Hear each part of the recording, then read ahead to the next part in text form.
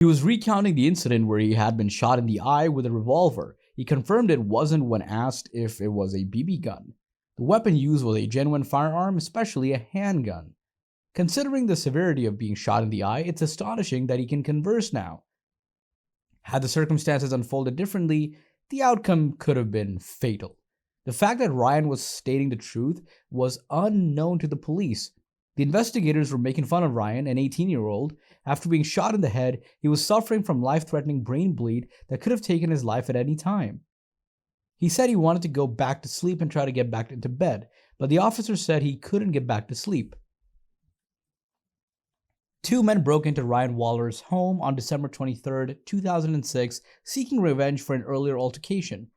Ryan went to investigate the noise at the door after hearing it. He was suddenly hit twice in the eyes by a hand reaching within.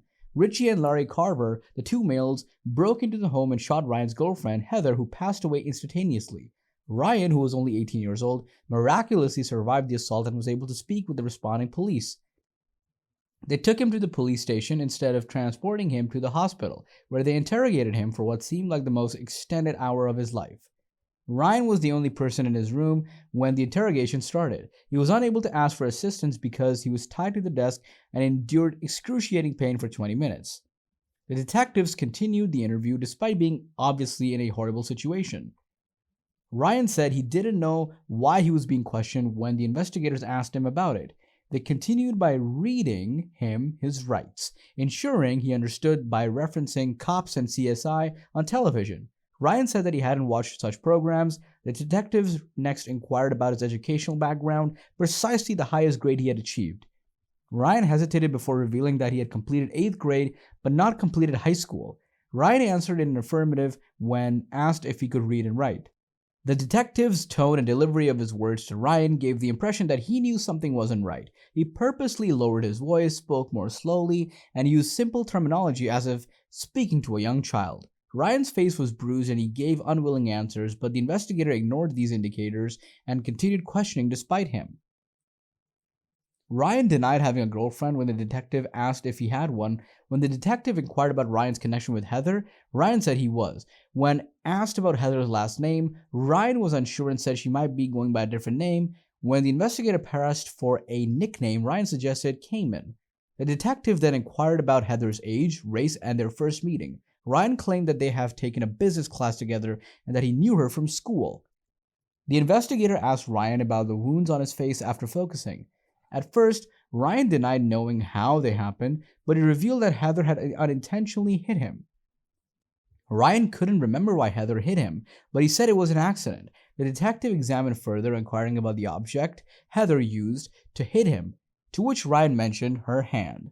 The detective then asked if they had a disagreement, to which Ryan hesitantly said, "Not really."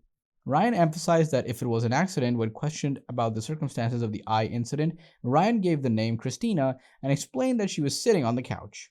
Ryan and Heather shared a residence with a third individual whose identity remains private. No one else was home throughout any part of the attack night. So this may be the Christina he's referring to. It is astounding that the detective isn't making the connection that Ryan has a traumatic brain injury. Even if Ryan is telling him it was only a blunt force, given how he is acting, a doctor should still examine him. Naturally, though, that's not how things work. Instead, it somehow manages to get worse. Ryan constantly claims that he's unaware of what occurred the night before. He states empathetically that he wants to sleep and withholds any information. The police question Ryan about Heather punching him in the eye, but he is unsure what happened.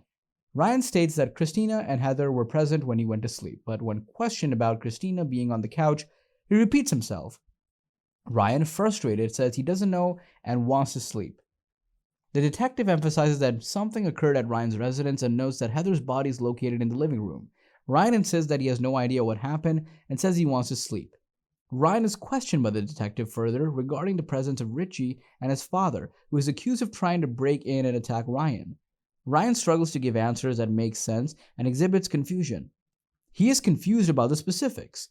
The investigator questions his account of what happened when Richie hit him, and his father was involved.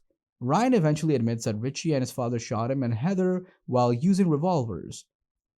Ryan says he thinks he was shot in the eye, but is unsure. Ryan continuously asserts that he doesn't know what happened and maintains ignorance despite the detective's protracted questions. It's fantastic that Ryan can remember the sequence of events and even the identities of the attackers despite having a gunshot lodged in his brain. Conversely, the investigator appears skeptical and dismissive, possibly thinking the account is too improbable. Unfortunately, this dismissive behavior doesn't make the circumstance acceptable.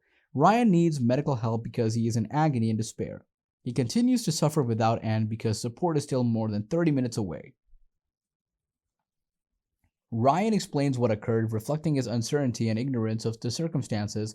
Ryan is confronted by the investigator about the contradictions in his account, including references to bows and arrows, revolvers, and getting shot in the eye, and the detective insists on hearing the truth. Ryan is wounded in the eye with a handgun, and the detective wonders if it's possible that he can still communicate. Ryan says he wants to go back to sleep, but the detective won't let him and keeps looking into Heather's shooting. Ryan clarifies that Richie and his father showed up at the scene, but are perplexed why. He mentions being placed in a sleeping hold, but has trouble explaining what that entails. Ryan is still unsure despite the detective's repeated request for clarity. The investigator draws attention to the inconsistencies in Ryan's story and inquires why he didn't contact emergency services or seek medical attention immediately after getting shot in the eye.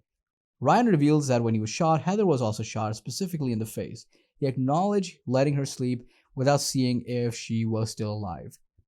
This remark puzzles the investigator, and Ryan apologizes, explaining his tardiness to his perplexity and perhaps loss of consciousness. Ryan admits to receiving a pistol wound to the eye, but the investigator is unconvinced. The detective continues to dig for the truth and inquires about what happened to Ryan and Heather the night before.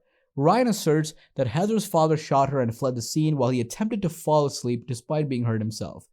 Given how serious the situation was, the detective wonders why Ryan didn't dial 911. Ryan explains that he didn't know Heather was unconscious because of all he wanted to do was go to sleep. The investigator stresses how urgent the circumstance is and expresses shock at Ryan's conduct. Ryan denies any involvement and maintains that Richie, Heather's brother, shot her when the detective inquired about the circumstances surrounding Ryan's suspected shooting of Heather. The investigator tells Ryan to take a seat while they examine his condition. Ryan whines about his feet hurting, but the detective corrects him for putting them on the table. The investigator then asks Ryan to move his legs while looking at his face. The detective ends the conversation by taking a little diversion. The detective finally begins to understand that Ryan may be in pain physically. He leaves the room to call for an ambulance before rapidly entering again to learn more about the shooting. Ryan clarifies Heather is not linked to Richie or his father and expresses his perplexity regarding the attack's motivation. 10 minutes later, the fire brigade examines Ryan's wound. Ryan explains that Heather is unrelated to Richie or his father and expresses confusion about the purpose of the attack. The fire department arrived to inspect Ryan's wound 10 minutes later. The investigator asks whether there were any guns around as he displays his interest in learning what caused Ryan's injury. Eric is mentioned by Ryan, who speculates that Eric may have shot but is unsure. The detective examines the idea of the bullet passing straight through Paul over the phone. Ryan accepts the potential but acknowledges that he is unsure. After 56 minutes of pointless and ultimately fatal interrogation, Ryan has his blood pressure tested before being finally transferred to the hospital. Upon examination at the hospital, doctors discovered that his condition was severe and that he really had been wounded in the eye. Additionally, they informed his father that he had received appropriate care, the infection he had developed may have been avoided. Ryan spent 35 days in the hospital and suffered the loss of his left eye and a portion of his brain. The worst part was that he had frequent seizures from when he left the hospital until 2016, when he ultimately took his own life. Richie and Larry were both given life in prison without the possibility of parole.